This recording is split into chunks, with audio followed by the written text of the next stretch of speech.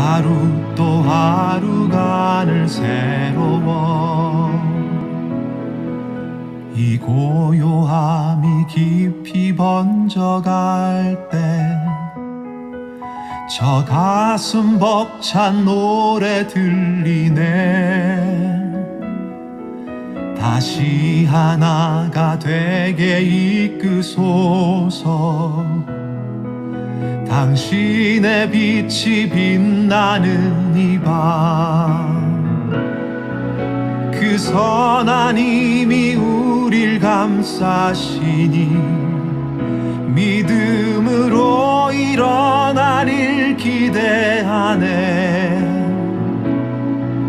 주 언제나 우리와 함께 계셔. 하루 또 하루가 늘 새로워.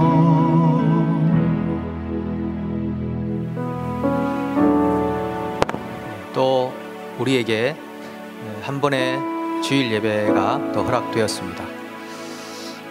저는 주일날 오면은 이 공간이 그 하나님의 품 같습니다. 이렇게 하나님이 이렇게 팔을 딱 벌려가지고 여기 오신 하나님의 사람들을 이렇게 딱 품어주신다라고 하는 그런 느낌을 받습니다. 따뜻하고 온화하고 사랑이 있고 용서가 있고 회복이 있고 치유가 있고, 그런 마음의 안정감을 주는 그런 예배 공간이 아닌가 생각합니다. 하나님의 임재가 있는 이 예배가 될 수 있도록, 또 우리의 마음이 하나님께 전심으로 집중하고 드릴 수 있도록 우리 2, 3분간 같이 기도로 준비하겠습니다.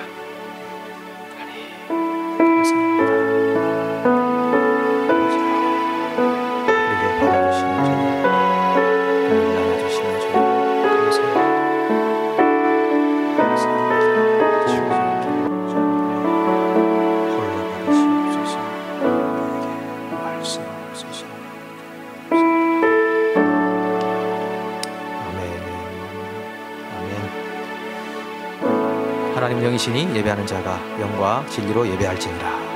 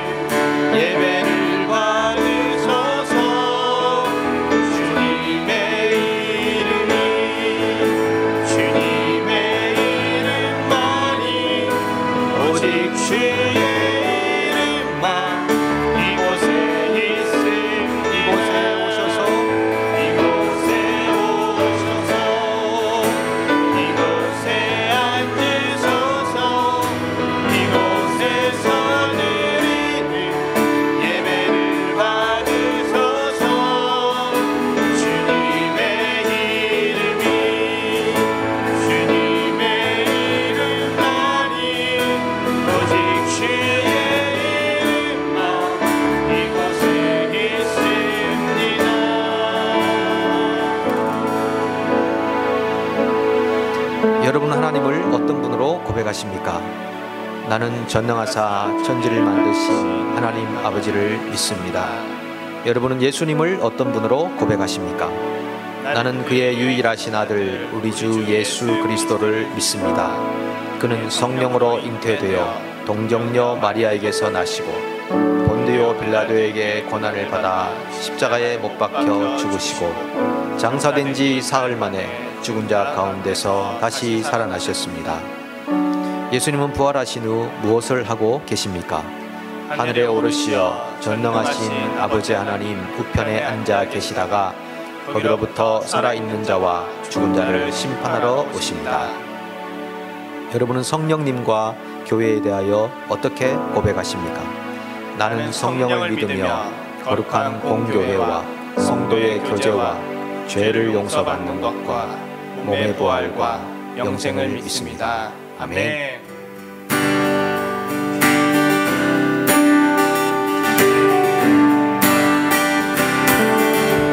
주 예수 의지하며 그 주 예수 의지하며 신비 기쁜 일일세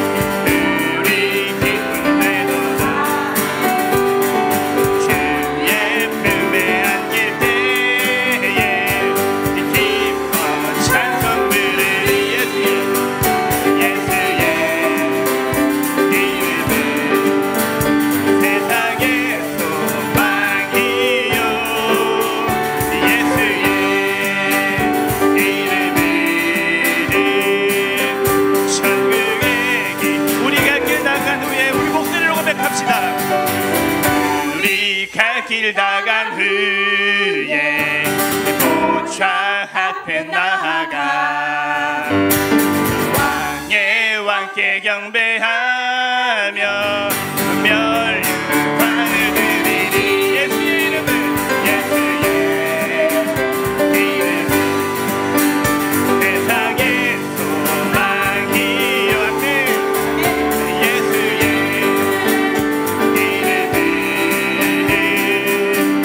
천국의 기쁨일세. 예수의 이름은 세상의 소망이요.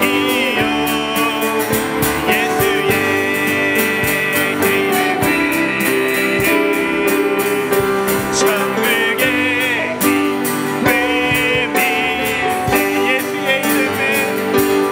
예수의 이름은 세상의 소망이요.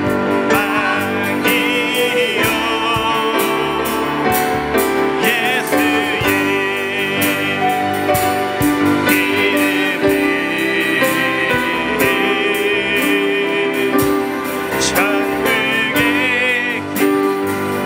우리 다시 고백합시다. 예수의 이름은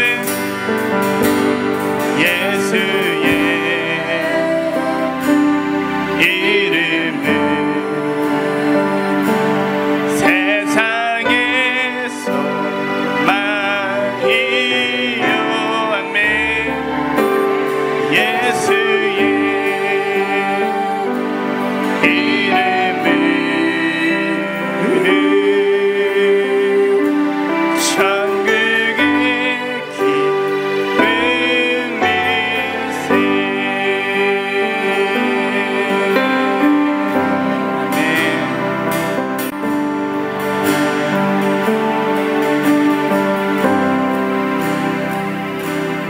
찬양하라 내 영혼아, 찬양하라 내 영혼아. 내 속에 있는 것들아 다 찬양. 우리 다시 한번 찬양하라 내 영혼아, 찬양하라 내 영혼아.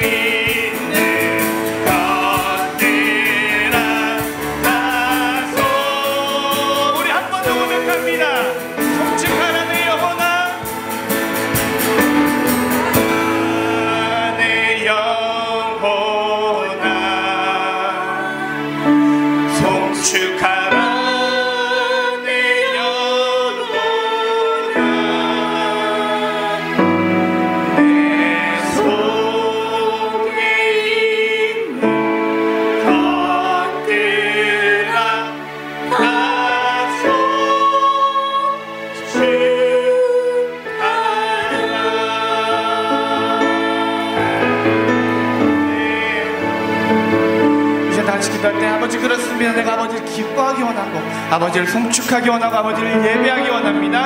아버지 시간 말씀하여 주시고 그 말씀 가운데 내가 온전히 들어갈 수 있도록 아버지 역사하여 주시옵소서. 우리 간절하게 기도하도록 하겠습니다.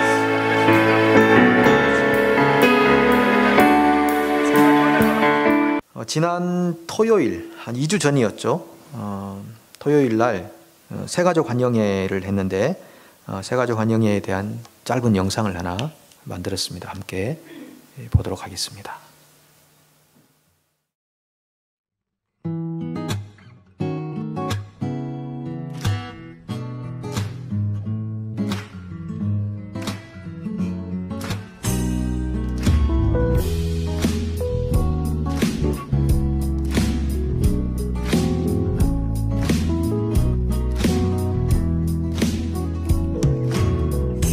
하나님의 사랑이 당신의 삶 가운데 가득하기를 축복합니다.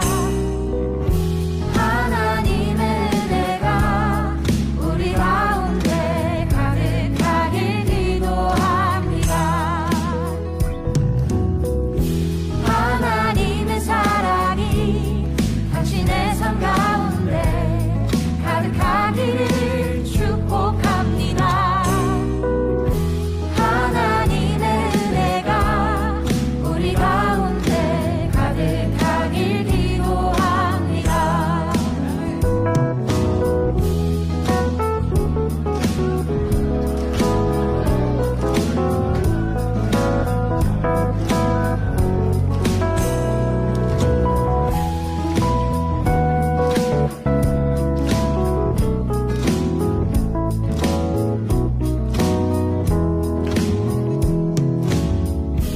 하나님의 사랑이 당신의 삶 가운데 가득하기를 축복합니다.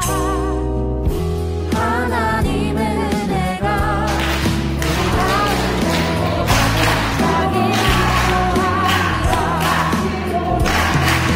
가득하길 기도합니다. 가득하길 기도합니다.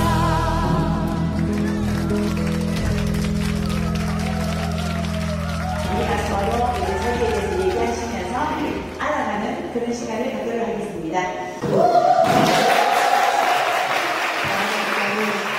신대기입니다.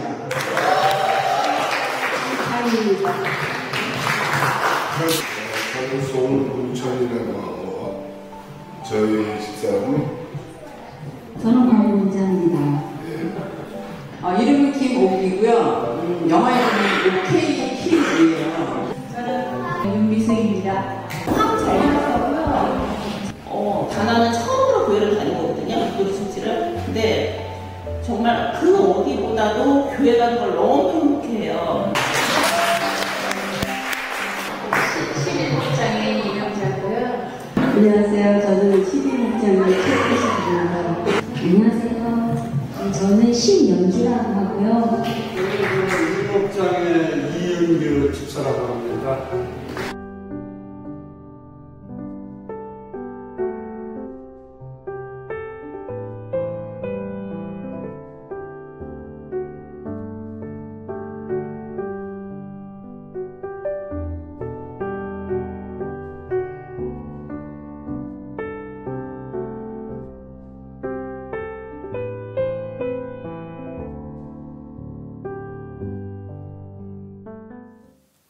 감사합니다. 저만 그런지 모르겠습니다만은 음식이 아직까지 머릿속에 남아 있어가지고 빨리 점심 먹으러 가야 되는데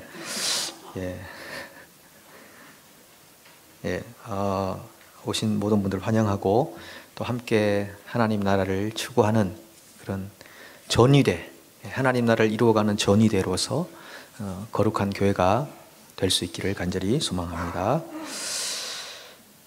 자, 우리 한번 일어나셔서 앞뒤 좌분 서로 한번 인사하시겠습니다. 환영합니다. 사랑합니다. 축복합니다. 감사합니다. 반갑습니다. 잘 오셨습니다.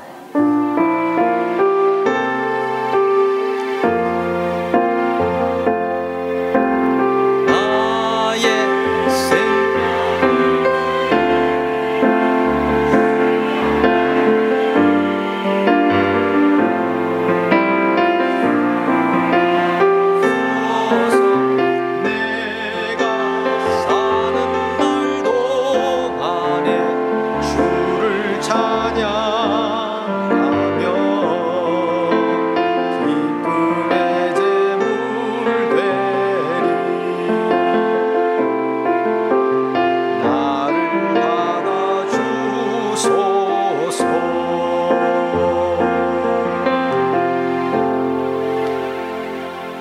사랑하는 아버지 하나님, 아버지의 사랑에 힘입어 우리가 오늘도 아버지를 사랑한다고 고백할 수 있어서 감사합니다.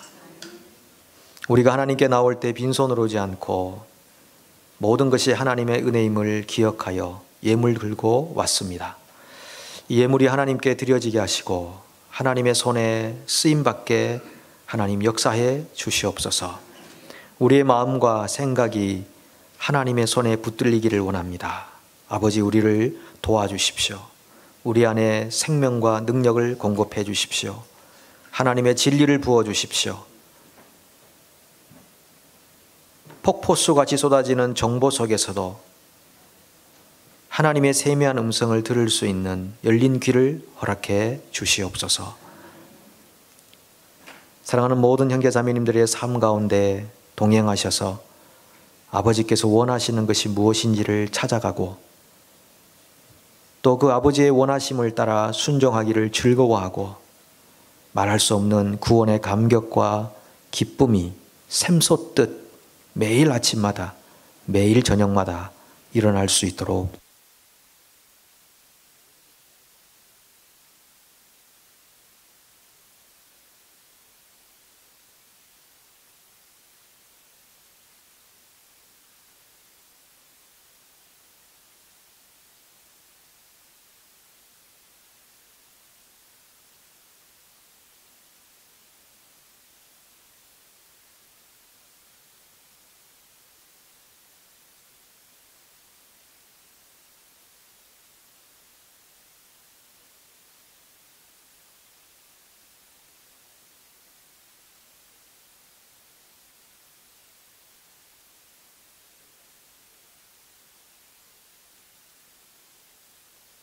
주리니 땅은 그 산물을 내고 밭의 나무는 열매를 맺으리라.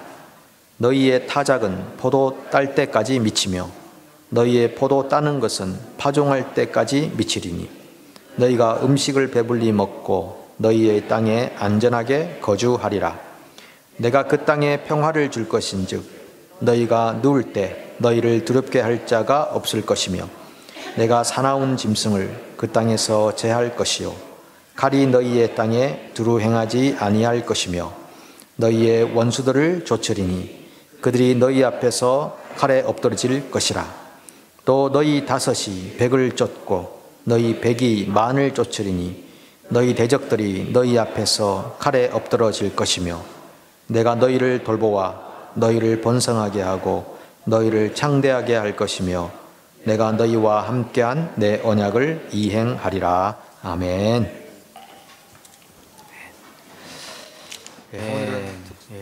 귀한 찬양 감사합니다. 가사가 너무 좋은 것 같습니다. 물론 찬양도 너무 좋은데요.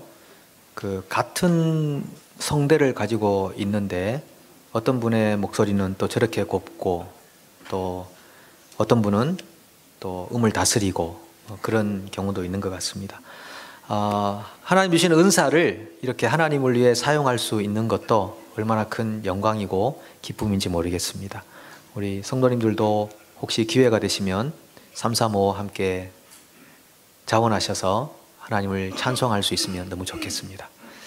우리 지난번에 7080 우리 어르신들 특송하셨는데 지금 계속 기대하는 분들이 많이 있습니다. 조금 더 분발해 주시기 바라겠습니다. 유대인들 랍비 학교에서 가장 먼저 가르치는 성경이 있습니다. 뭘까요? 그렇죠. 레위기이죠. 오늘 레위기 읽었기 때문에 레위기라고 하시면 맞습니다. 레위기를 가장 먼저 가르칩니다. 보통 랍비 학교 같으면 지금으로 하면 신학교잖아요. 신학교에서 가장 먼저 가르치는 성경이 레위기다. 그만큼 레위기가 중요하다는 것이고 하나님이 말씀하시기를 이라는 표현이 가장 많다고 하죠. 그러니까 레위기 안에는 하나님이 직접 말씀하신 내용들이 가장 많이 담겨 있다는 것입니다. 그래서 이 레위기 안에 하나님께서 이렇게 하라, 저렇게 하라, 이거 하지 말라, 저거 하지 말라, 이런 구체적인 명령들이 많이 들어 있습니다. 여러분들에게 하나님은 어떤 이미지이신가요? 하나님은 어떤 이미지이신가요? 뭔가를 계속 요구하시는 분인가요? 책망하시는 분인가요? 분노하시는 분인가요? 조금만 더 열심히 해라, 채찍질 하시는 분인가요? 아니면 안아주고 사랑해주고 위로해 주시는 분인가요? 여러분들에게 있는 하나님의 이미지는 어떤 이미지이십니까? 가끔 우리는 하나님 참 부담스러운 분이다 이렇게 느끼기도 합니다. 그래서 하나님께 가까이 가면 위험하다. 그냥 하나님하고는 적절히 거리를 두고 지내야 된다. 너무 친하게 지내다 보면 하나님이 무리한 요구를 자주 하신다. 자꾸 우리에게 본토 친척 아비집을 떠나라. 네 모든 것을 팔아서 가난한 자들에게 주고 너는 나를 따라라. 내 일을 하기 위해 너의 시간을 다 내게 달라. 내 원수를 사랑하고 그리고 그를 위해 무엇인가를 하라. 자꾸 이렇게 내가 할 수 없을 것 같은 부담스러운 것들을 자꾸 내게 요구하시니까 하나님 참 내게 부담스럽다. 그래서 신앙생활은 너무 깊이 들어가면 위험하다. 그러니까 그냥 예배하고 그 일주일간 내가 원하는 삶의 길을 걸어가면 된다. 이렇게 해서 하나님과 적절한 관계를 유지하면서 살아가는 것이 내 사적인 프라이빗 라이프도 있고 좀 뭔가 안전하고 부담이 덜 된다라고 생각하는 경향은 없으십니까? 저는 20대 때는 하나님에 대한 이미지 중에 하나가 이런 이미지였습니다. 하나님은 복 주기도 하시고 벌 주기도 하시는데 어떻게 하면 하나님께 복을 받을까? 그래서 이렇게만 하면 하나님은 꼼짝없이 내게 복을 주고 내게 상을 줄 수밖에 없는 무슨 방법이 없을까? 하나님을 기계적으로 생각을 했던 거죠. 그래서 하나님도 꼼짝없이 내게 복을 줄 수 있도록 내가 그 길을 한번 찾아봐야 되겠다. 이렇게 하나님 이미지를 생각했던 적도 있습니다. 여러분은 어떠신가요? 하워드 라이스라는 분이 개혁주의 영성이라는 책에서 이런 이야기를 합니다. 20세기 기도에 있어서 중요한 장애물은 왜곡된 하나님에 대한 이미지입니다. 왜곡된 하나님에 대한 이미지는 우리로 하여금 하나님과 동반자적 관계를 가지지 못하게 만듭니다. 하나님에 대한 이미지 때문에, 왜곡된 것 때문에 우리가 하나님으로부터 상속받을 수 있는 엄청난 영적인 유산을 상실하고 살아가고 있다는 것이죠. 이분은 특별히 왜곡된 이미지를 두 가지로 얘기했습니다. 첫 번째는 일방적으로 하나님의 초월성만을 강조하는 거죠. 하나님은 높으신 분이시고 멀리 계신 분이시고 위대하신 분이시고 전지전능하는 분이시고 이렇게만 생각하고 있고, 하나님이 우리 삶 속 가까운 곳에 내재하고 계시다는 부분에 대해서는 놓치고 있는 이미지를 가지고 있다는 것입니다. 멀리 계시는 하나님, 그러나 아주 인간과는 전적으로 차원이 다른 하나님으로만 생각하고 있는 것이죠. 두 번째는 용서하지 않는 재판관의 이미지를 가지고 있다는 것입니다. 하나님은 늘 분노하시고 늘 나에게서 못마땅하게 생각하시고 늘 나를 채찍질하시고 너 좀 잘해라, 좀 똑바로 해라, 조금만 더 하자, 조금만 더 열심히 하자, 자꾸 불만족스럽게 나를 생각하시고 용서할 수 없는 그런 마음을 내게 붓고 있는 그런 이미지로 하나님을 생각한다는 거죠. 이런 왜곡된 이미지는 하나님과의 동반자적 관계, 하나님과 친밀하게 살아갈 수 있는 영적인 은혜들을 잃어버리게 만듭니다. 여러분에게 하나님은 어떤 이미지이십니까? 하나님은 어떤 분이십니까? 혹시 아직도 부담스러운 하나님으로 멀리만 계셔주기를, 아예 그냥 초월적인 곳에만 계셔주기를 바라고 계시는 않습니까? 감사한 것은 예레미야 23장에 보면 우리에게 이렇게 말씀하고 있는데요. 제가 PPT는 일부러 드리지 않았습니다. 집중해서 한번 들어보시기 바랍니다. 세번역 성경인데 33절부터입니다. 이 백성 가운데 어느 한 사람이나 예언자나 제사장이 너에게 와서 부담이 되는 주님의 말씀이 있느냐 하고 묻거든 너는 그들에게 대답하여라. 부담이 되는 주님의 말씀이라고 하였느냐? 나 주가 말한다. 너희가 바로 나에게 부담이 된다. 그래서 내가 이제 너희를 버리겠다 말하였다고 하여라. 또 부담이 되는 주님의 말씀이라는 말을 사용하는 예언자나 제사장이나 백성이 있으면 내가 그 사람과 그 집안에 벌을 내리겠다고 하여라. 친구나 친척끼리 서로 말할 때에는 부담이 되는 주님의 말씀이라고 말하는 대신에 주님께서 무엇이라고 대답을 하셨느냐, 주님께서 무슨 말씀을 하셨느냐 하고 물어야 한다고 일러주어라. 부담이 되는 주님의 말씀이라는 표현을 너희가 다시는 써서는 안 된다. 누구든지 그런 말을 쓰는 사람에게는 그 말이 그에게 정말 부담이 될 것이라고 하여라. 그렇게 말하는 것은 살아계신 하나님, 우리의 하나님 만군의 주의 말씀을 왜곡하는 것이기 때문이라고 말하여라. 예레미야 선지자가 지금 하나님의 말씀을 전하고 있는 것입니다.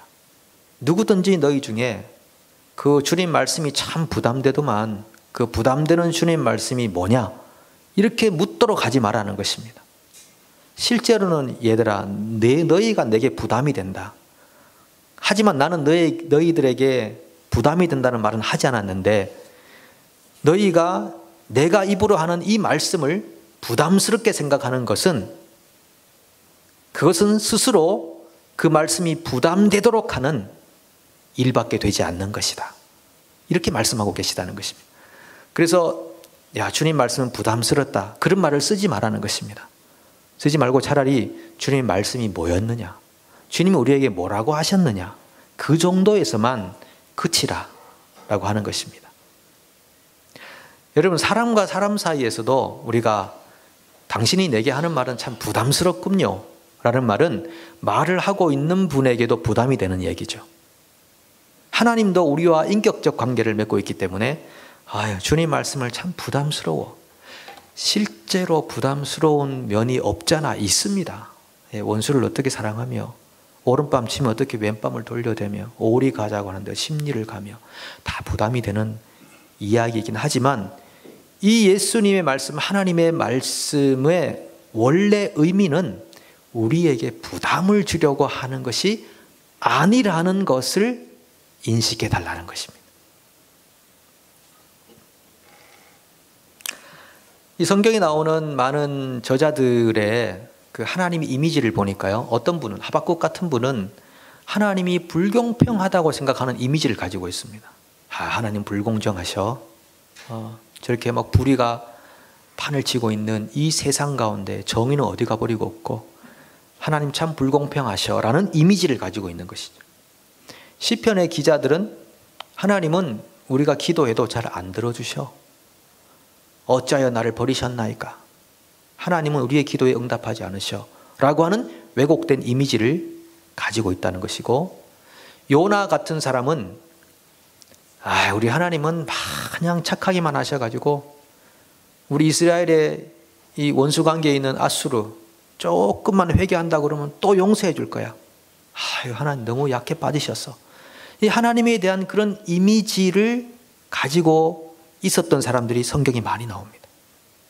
우리가 그런 이미지를 가진다고 해서 하나님 앞에 죄책감 가질 이유는 없죠. 그런데 그런 이미지가 잘못되어 있기 때문에 하나님을 누릴 수 있는 그 은혜의 양이 감소되고 있다는 것입니다.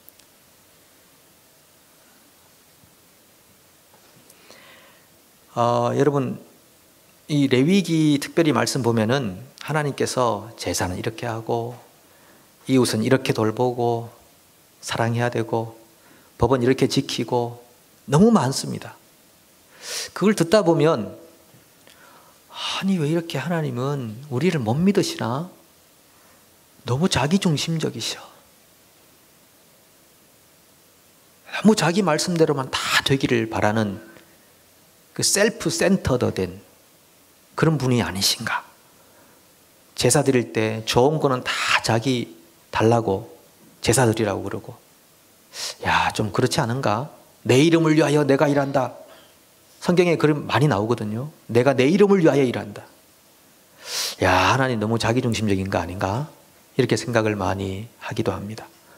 근데 오늘은 우리가 성경, 이 하나님의 말씀, 우리는 지금 이것을 레터로 봅니다. 문자라는 것으로 보집니다. 오늘 우리가 이 문자가 아닌 문자 이면에 있는 영적 의미를 조금 더 이해해 보려고 합니다. 자, 문자로만 보면은 하나님은 굉장히 자기중심적인 분이십니다. 예를 들면은 보실까요? 레위기 7장 2절에서 5절을 보시면은 번제물을 잡는 곳에서 속건제의 번제물을 잡을 것이요 제사장은 그 피를 제단 사방에 뿌릴 것이며 그 기름을 모두 들이되 곧 그 기름진 꼬리와 내장에 덮인 기름과 두 콩밥과 그 위에 기름 곧 허리 쪽에 있는 것과 간에 덮인 거풀을 콩팥과 함께 떼어내고 제사장은 그것을 다 제단 위에서 불살라 여호와께 화제로 드릴 것이니 이는 속건제이니라. 기름은 다 떼내가지고 하나님께 화제로 불태워서 올려드려라. 야, 하나님 참 좋은 거 다 가져가시고 그렇게 생각할 수 있는데 그 기름을 만약에 사람들이 먹기 시작하면은 금방 죽습니다. 고혈압, 고지혈증, 피의 순환이 막혀서 죽습니다.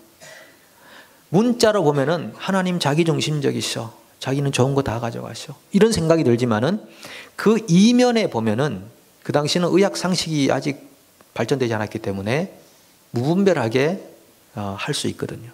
그래서 우리 인간 삶의 안전과 건강과 평안을 위해서 하나님 이렇게 아주 상세하게 이것은 하고 저것은 하지 말고를 기록했다는 것이죠. 하나님 무슨 뭐 군대에 대장 되고 싶어가지고 명령 따르는 걸 좋아하셔가지고 막 수많은 명령을 내리신 게 아니고 우리 인간 삶에 필요한 것 보십시오. 건강, 안전, 평안 이것을 위해서 수많은 율법들을 우리에게 주신 것이죠. 레위기 11장에 보면은 유명하죠. 이것은 먹고 저것은 먹지 말고 이것은 먹고 저것은 먹지 말고 이것은 깨끗하고 거룩하니라 이것은 거룩하지 않으니라 부정하니라. 아니 청결과 부정의 기준이 어디 있냐는 것입니다. 이 이야기에 대해서는 여러 가지 학설들이 있긴 있지만 그 중에 중요한 것 하나가 방금 말씀드린 내용입니다. 하나님이 unclean 깨끗하지 않은 것이니라라고 규정해 놓은 것들을 먹으면은 인간 건강을 해치는 것이 많이 있다는 것입니다. 아직까지 정보가 많지 않는 그 시대에서는 하나님의 이런 규정이 없으면 인간은 금방 잘못된 음식을 먹고 죽을 수 있는 상황에 놓였습니다. 그러니까 하나님은 이것은 깨끗한 음식, 이것은 더러운 음식이라고 규정해 놓은 것입니다. 하나님이 우리를 괴롭히려고 한 것이 아니라 우리를 배려하시는 차원에서 레위기 11장을 말씀해 주신 것이죠. 그리고 그 후에 가면은 12장 거기 보면은 여인이 출산했을 경우에 아들을 낳으면은 7일간 부정하고 33일 동안 나오지 마. 부정한 여인이야. 딸을 낳으면 14일간 부정하고 66일 동안 나오지 마. 부정한 여인이야. 부정하다는 말이 우리에게는 굉장히 부정적으로 들리지만은 이렇게 하심으로써 산모를 쉬게 만드는 것입니다. 다시 일터로 나오지 못하도록 산모의 안전을 위해서 하시는 것이고 딸을 낳을 경우에 아들보다 2배나 더 부정하다고 하는 것은 더 쉬도록 하기 위해서 배려하신 하나님의 배려라고 하는 것입니다. 그러니까 율법 전체가 하나님이 우리를 올가매려고 올가미를 우리의 목에다가 두려고 한 것이 아니라 우리의 삶의 건강과 안정과 평안을 위해서 하셨다는 말씀이죠. 그래서 부정하고 정결한 건 뭐냐? 부정한 것은 우리 몸과 공동체의 안전과 건강을 해치는 것이고 정결은 뭐냐? 우리 자신과 공동체의 안전과 건강을 유지, 증진시키는 것. 그게 깨끗하고 정결한 것입니다. 예를 들면 시체에 손을 대지 마라. 부정한 것이니라. 유출병이 있는 사람들에게 손을 대지 마라.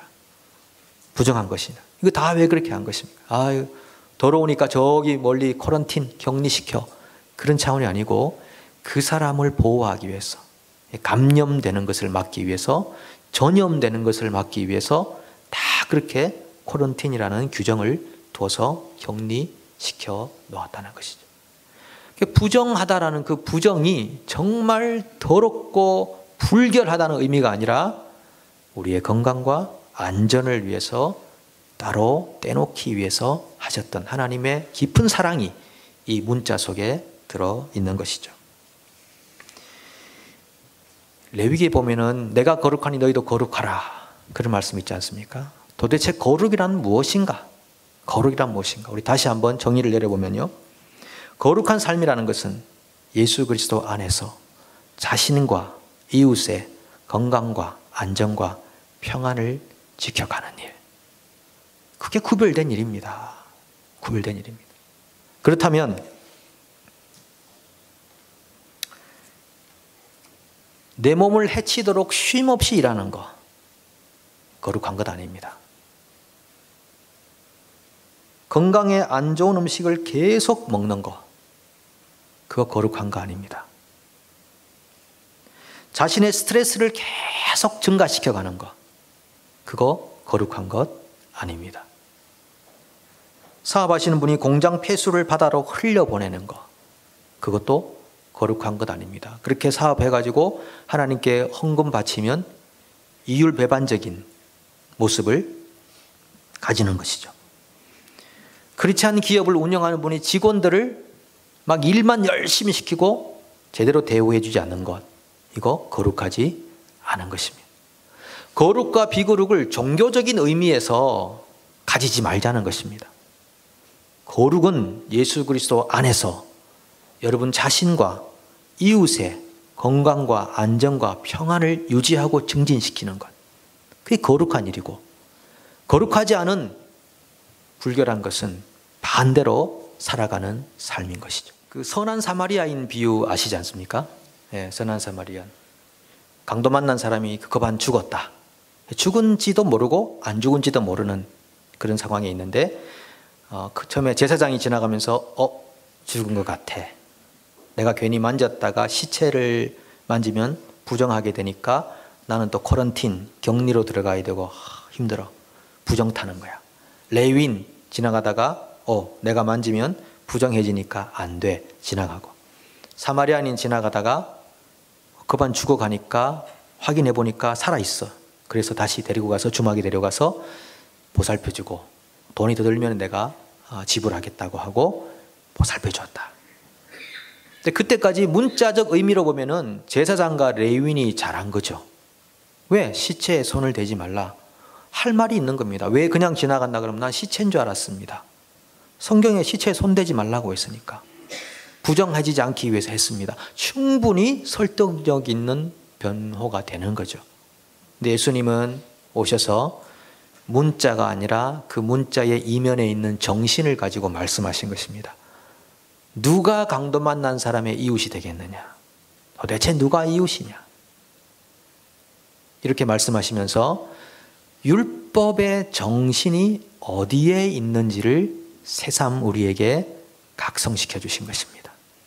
예수 그리스도 안에서 자신과 이웃의 건강과 안전과 평안을 위해 일하는 것, 그것이 율법의 기본적인 정신이라고 하는 것이죠. 그렇게 보면 하나님은 정말 이기적이지 않으신 분이십니다. 오히려 전적으로 이타적이십니다. 오늘 이 본문에서도 그 1절에 보면 우상 만들지 말라, 조각, 주상, 석상 세우지 말고 경배하지 말고 나만 예배, 나만 예배 하니까 문자적으로 보면은 하나님은 정말 자기밖에 모르는 분이다. 왜 다른 신은 인정도 안 하고 자기만 섬기라고 그렇게 주장하는가? 이렇게 말할 수 있지만 그것은 굉장히 이타적인 우리를 위하여 하시는 사랑의 말씀입니다. 세상에 다른 신은 없어. 너희가 나를 섬길 때 가장 안전하고 행복하도록 창조됐어. 처음부터 인간은 디자인 될 때부터 그런 디자인으로 태어난 거야. 그것을 하나님이 이런 1절과 같은 말씀으로 우리에게 명령해 주신 것이죠. 또 2절은 뭐라고 합니까? 내 안식일을 지키며 내 성소를 경외하라. 야, 안식일 날 너희들 일하면 죽어. 이렇게 말하고 내 앞에 와서 경배해. 이야, 하나님 우리 시간 다 뺏어가네. 그런 차원이 아니라 안식일까지 일 안 하고 쉬지 않고 일하면 죽는다는 겁니다. 쉼 없는 노동, 인간의 욕망이고 욕심이라는 것입니다. 그래서 하나님이 안식일을 지켜라고 얘기했던 것입니다. 문자가 아니라 문자 안에 있는 정신, 하나님의 그 사랑의 메시지, 우리는 그것을 레위기나 율법 안에서 발견할 수 있습니다. 어떤 분이 전화가 왔습니다. 어떤 자매님인데 요즘 좀 많이 안 좋은 일을 당하고 있다.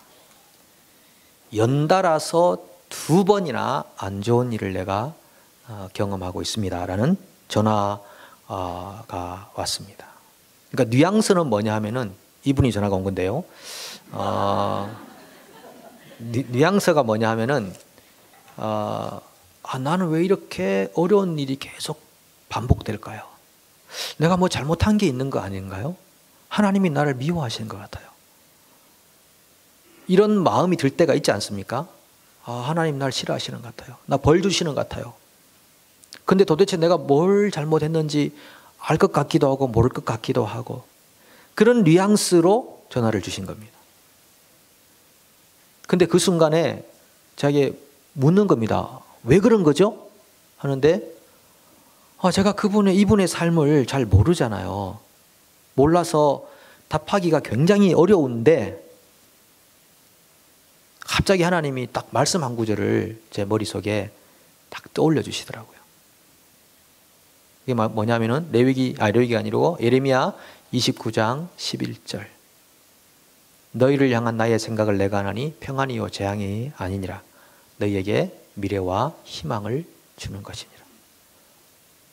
지금 예루살렘이 초토화되고 이스라엘이 바벨론의 포로로 다 끌려가는 그 상황에서 예레미야가 자기 백성에게 전해주는 말씀입니다.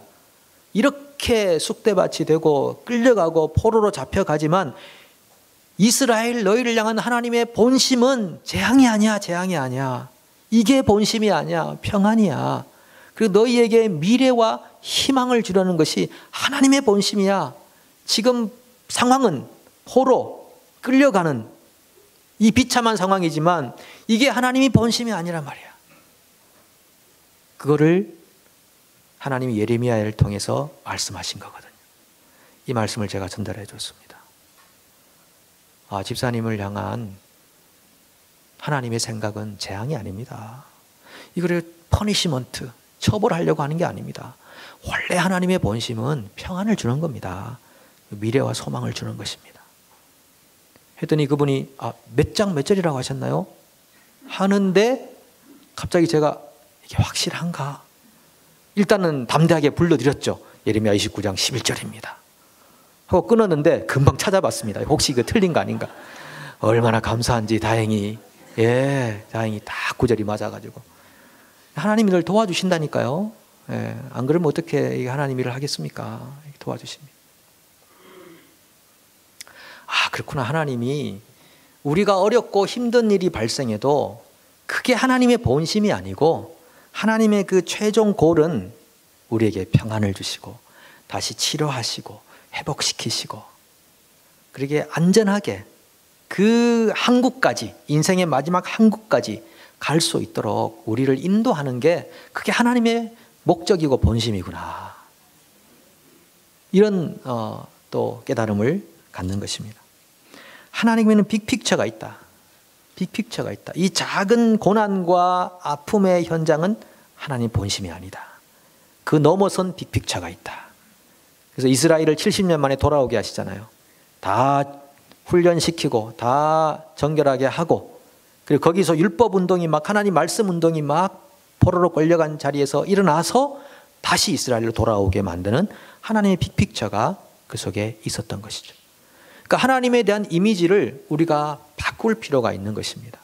하나님 무서우시고 용서하지 않는 재판관을 가지고 계시고 저 멀리 계시고 그런 분이 아니라 우리를 안아주시고 따뜻하게 해주시고 때로는 아프지만 고쳐주시고 징계해주시고 사랑으로 다듬어주시고 다시 하나님 품으로 돌아오게 하시고 내 자녀로서 합당하게 살게 하시고 하나님의 그 엄청난 영적인 유산을 상속받아서 영적인 은사와 열매들을 누리며 살도록 기쁨과 평안과 안정 가운데 살도록 하는 것이 그것이 바로 하나님의 이미지구나. 이런 회복이 있기를 축복합니다. 여러분 한국인들이 가장 좋아하는 나무가 어떤 나무인지 아십니까? 여러분 어떤 나무를 좋아하세요? 뭐 잣나무 이런 거 좋아하시나요? 예. 보통은 소나무죠, 소나무. 한국인들이 한 65%가 소나무를 좋아한대요. 물론 안 좋아한다고 해서 한국인이 아닌 건 아닙니다. 예. 근데 이 소나무가 그 병충해에 이렇게 노출되면은 금방 죽어버린 제선충이라는 병이 있는데 그거를 이렇게 걸리게 되면은 소나무가 금방 죽어버린답니다. 근데 한동안 이 제선충병이 막 유행을 해가지고 이제 정부에서 조사를 해보니까 이유가 있는데 사람들이 소나무가 좋으니까 그걸 자꾸 옮기는 겁니다.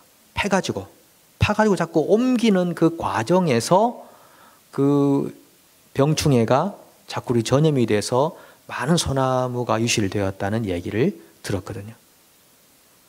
우리 그런 말 있잖아요. 사랑하기에 떠나야 하는 그런 노래도 있지 않습니까? 사랑인데 왜 이별이야? 사랑하기 때문에 이별을 할 수밖에 없는 것이 이해가 안 되지만 소나무를 사랑하기에 소나무가 멀리 떨어져 있어야 하는구나. 그것을 자기 곁으로 가져가는 순간에 병충해에도 노출될 수 있는 가능성이 많구나. 여러분 꽃도 그렇지 않습니까? 꽃도 들의 꽃빛이 너무 예쁘다고 끄고 오면은 집안에 있어봐야 일주일도 못 가지 않습니까? 그 들에 있으면 오래 가는데. 그러니까 꽃을 보시면서 지나가다가 따고 싶으실 때 노래를 부르십시오. 사랑하기에 떠나야 하는. 그리고 꽃을 사진에 담아 놓으시고 집에서 감상하시면 되는 거죠. 하나님은 사랑하기에 채찍질을 할 수밖에 없는, 사랑하기에 내가 너와 지금 멀어져 있다는 감정을 줄 수밖에 없어. 죄 가운데 있으니까 내가 사랑하기에 너와의 거리를 느끼도록 할 거야. 이렇게 하시지만 하나님의 본심은 이별도 아니고 책망도 아니고 징계와 심판도 아니고 하나님의 본심은 우리와 친밀하게 동반자적 관계, 컴패니언십, 동반자적 관계를 갖기를 원하시는 것입니다. 마태복음 18장에 보면 이런 말씀이 있죠. 예수님의 말씀 중에 너희 손이나 발이 범죄하면 찍어내버려라. 왜 그러시죠? 손발을 가지고 지옥 가는 것보다는 장애인이 되어서 천국 가는 게 낫다는 것입니다. 찍어버리라고 하니까 우리는 정말 무자비하신 분이시다. 어떻게 본인 손이면 찍으시겠냐고 막 그렇게 생각할 수 있겠지만은 그 찍어버리라는 이유는 우리에게 빅픽처를 가지고 있기 때문입니다. 그거 가지고 괜히 지옥불에 가는 것보다는 천국으로 가야지. 이런 말씀이죠. 두 눈 중에 하나가 범죄하면 빼버려라. 두 눈 가지고 지옥 가는 것보다는 한 눈 가지고 천국 가는 게 낫다. 빼버리라고 하니까 우리는 하나님에 대한 이미지가 정말 무서운 분이다. 분노하시는 생각하지만 원래 하나님의 이미지는 그렇지 않고 우리를 가장 안전한 곳으로 이끌기 위해서 하신 말씀들인 것입니다. 그러면서 마태복음 18장에는 뒤에 뭐가 나오냐면요. 공동체 내에서 형제가 범죄했을 경우에 어떻게 해야 되느냐. 그 말씀이 그게 딱 나오는 겁니다. 예수님이 하신 말씀이죠. 한 사람이 형제를 찾아갑니다. 권면합니다. 권면을 들으면 다행이지만 안 들으면 두세 사람 더 데리고 갑니다. 권면을 합니다. 들으면 다행이지만 안 들으면 교회에 알립니다. 근데 교회에 알려도 안 들으면 그때는 이방인과 세리처럼 여겨라. 예수님이 하신 말씀이거든요. 와, 우리 예수님 사랑이 많으신 주님이 어떻게 이렇게 사람을 이방인처럼 여기라고 하는가, 내쫓으라고 하는가. 그게 본심이 아니라는 것입니다. 회개하고 돌아오고 회개하고 돌아와서 아버지 하나님의 은혜 안에서 평안을 얻고 순종하고 하나님의 진리대로 살아가기를 원하는 것. 그렇게 해서 서로에게 선한 영향을 미치며 살아가도록 하는 것이 아버지의 본심인 줄로 믿습니다. 그거죠. 자, 우리가 하나님에 대한 이미지가 왜곡되어 있다면 오늘 체인지, 바꿔지는 역사가 있기를 소망합니다. 여러분, 누구에게나 안 좋은 일이 있을 수 있습니다. 힘든 일 있을 수도 있습니다. 어떤 집사님에게 이런 일들이 있었습니다. 이분의 아버지는 장로님이신데 굉장히 충성스럽게 교회를 위해 일하시는 장로님이셨어요. 그리고 이제 아들이 항상 어릴 때부터 아버지를 이렇게 보면서 자라왔는데 이 아들이 장성한 다음에 신앙생활을 하다가 좀 방탕한 길로 빠졌습니다. 방탕한 길로 빠져서 이렇게 살아가다가 다시 이제 교회로 들어왔는데 그때 누가 묻습니다. 집사님이 가지고 있는 하나님에 대한 이미지는 어떤 분이세요? 하니까 이분이 이렇게 말합니다. 제가 가지고 있는 하나님의 이미지는 더 높이, 더 빨리 이런 하나님이십니다. 왜 그런가 보니까 어릴 때 아버지가 항상 그 군인으로서 이 교회를 섬기셨는데 막 열심히 최선을 다하고 그런 모습만 보고 자라셔가지고 자기도 하나님 그러면은 더 빨리, 더 높이 이런 심적 부담감, 죄책감, 압박감을 늘 느낀다는 거예요. 교회 올 때마다 하나님 앞에 서면은 부담감, 압박감 이런 게 계속 몰려왔다는 것입니다. 그래서 이분이 치료 프로그램에 들어가 가지고 하나님에 대한 이미지를 바꾸기 시작했습니다. 이 프로젝트는 뭐냐면 하나님과 친구 관계 맺기라는 프로젝트입니다. 하나님과의 친밀성을 회복하기 이런 프로젝트에 들어가서 그간 가지고 있었던 하나님에 대한 왜곡된 이미지를 바꾸기 시작했습니다. 그러고 나니까 얼마나 큰 하나님의 은혜를 내가 지금까지 모르고 살았는지, 얼마나 자상하시고 얼마나 친구 같으시고 얼마나 친밀한 사랑으로 나와 함께하고 계신 하나님이 있는지를 다시 누릴 수 있게 되었다는 간증문입니다.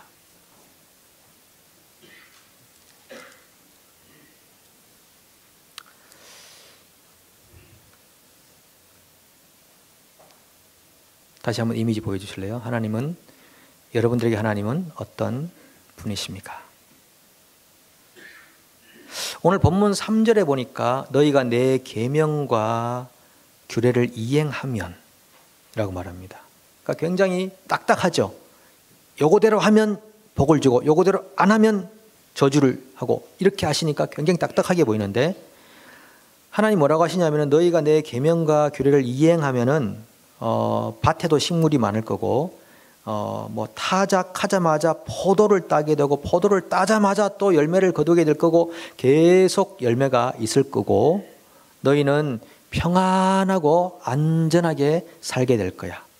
이렇게 하나님이 약속을 하고 계시거든요. 그런데 여러분, 우리가 하나님의 말씀에 담겨 있는 그 사랑을 캐치하고 하나님 말씀이 원하는 대로 살기 시작하면 이런 결과는, 열매는 어떤 면에서 자연스럽게 맺혀지는 것입니다.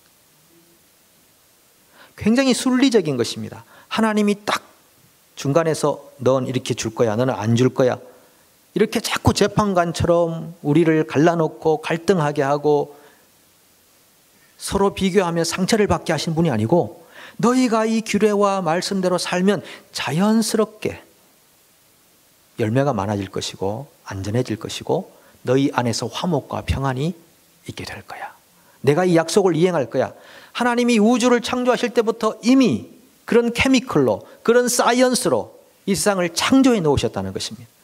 그래서 하나님 말씀에 순종하고 살아가면 우리가 상상할 수 없었던 영적인 유익과 복을 경험할 수 있습니다. 마지막으로 말씀드립니다. 여러분, 이 레위기는 사실 예수님에 대한 이야기입니다. 예수님. 히브리서 10장 1절을 한번 볼까요? 율법은 장차 올 좋은 일의 그림자일 뿐이요 참 형상이 아니므로 해마다 늘 드리는 같은 제사로는 나오는 자들을 언제나 온전하게 할 수 없느니라. 그러니까 이 율법 문자는요 그림자밖에 안 된다는 것입니다. 그 다음에 그 뒤에 구절들을 보시면은 위에 말씀하시기를 주께서는 제사와 예물과 번제와 속죄제는 원하지도 아니하고, 그렇게 강조했던 제사 그 원하지도 않아, 기뻐하지도 아니하신다 하셨고 이는 다 율법을 따라 드리는 것이라. 그 후에 말씀하시기를 보시옵소서 내가 하나님의 뜻을 행하러 왔나이다 하셨으니 그 첫째 것을 폐하심은 둘째 것을 세우려 하심이라. 이 뜻을 따라 예수 그리스도의 몸을 단번에 드리심으로 말미암아 우리가 거룩함을 얻었노라. 수많은 구절에서 이 제사 드리고 저 제사 드리고 뒷다리 흔들고 앞다리 내리고 이거 먹고 저거 먹지 말고 수없이 하셨던 거, 야, 그거 이제 필요 없어. 너희가 지금 아무리 번제, 속죄제, 성경 구절 따라 드려봐야 아무 소용없어. 나 그거 받지도 않아. 그러면서 히브리서 기자는 우리에게 뭐라고 합니까? 그 모든 일이 예수님 안에서 완성됐어. 예수님이 자신을 하나님께 드림으로써 완전한 제사가 이루어졌어. 율법이 완성됐단 말이야. 이렇게 우리에게 희망을 주고 계시는 것입니다. 오늘 우리가 해야 될 일은 문자 하나하나 따져가며 이것을 지킬 것인가 말 것인가가 아니라 예수 그리스도 안에 있는 하나님의 사랑, 하나님의 생명, 하나님의 능력, 그것을 받아서 예수님의 피는 우리의 죄를 용서할 뿐 아니라 우리를 거룩하게 살게 할 수 있는 능력까지도 주시기 때문에 예수 그리스도 안에 들어가기를 힘쓰는 것, 예수님을 내 마음에 늘 모시고 살아가기를 힘쓰는 것, 그것이 오늘 하나님을 제대로 만난 사람들이 해야 할 사명인 줄로 믿습니다. 그 예수님 안에서 건강과 안정과 평안을 누리시는 빅토리 처치 되시기를 소망합니다. 우리 시간 하나님께 나아가서 우리 조용히 마음의 문을 열고 하나님께 기도하는 시간 갖도록 하겠습니다. 무엇보다 우리 안에 비틀어져 있는 하나님에 대한 이미지를 오늘 성령 안에서, 진리 안에서 바꾸시면 좋겠습니다. 하나님은 자상하시고 친절하시고 인자하시고 오래 기다리시고 우리 자유를 뺏지 않으시고 우리에게 부담감을 주기 위해 오신 분도 아니고 억압하지도 않으시고 누르지도 않으시고 많은 걸 요구하시는 분이 아니십니다. 오늘 하나님은 우리에게 자기 아들을 선물로 주셨습니다. 예수님을 마음에 받아들이십시오. 예수님을 마음에 영접하십시오. 그 예수님 안에서 자유와 생명과 구원과 치유와 회복을 얻으십시오. 우리 함께 한 3분간 그런 마음으로 기도하겠습니다. 아버지, 아버지,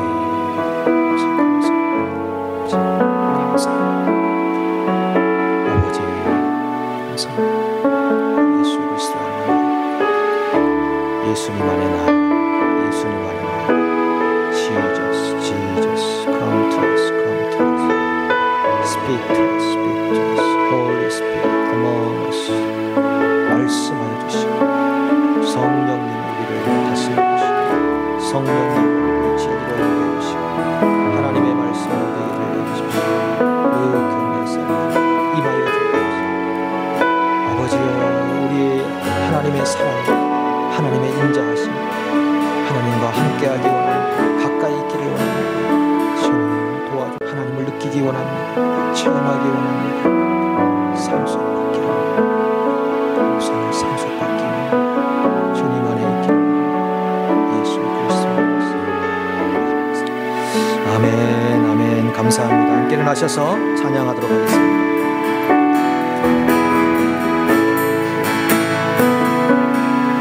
주께 가까이 나를 이끄소서. 간절히 주님만을 원합니다.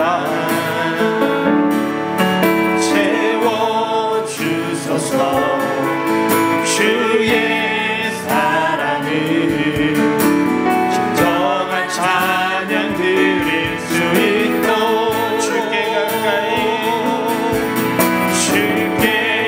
가까이 나를 이끄소서. 저리 주님만을 원합니다. 채워주소서. 주의 사랑을 진정한 찬양 드릴 수 있도록 나는 나의 영혼 주를 부르니 나의 맘 만져 주소서. 주님만을 원합니다. 더 원합니다. 나의 맘 만져 주소. 우리 처음부터 다시 한번 주께 가까이 주께 가까이 나를 이끄소서. 저리 주님만을 원합니다. 채워주소서.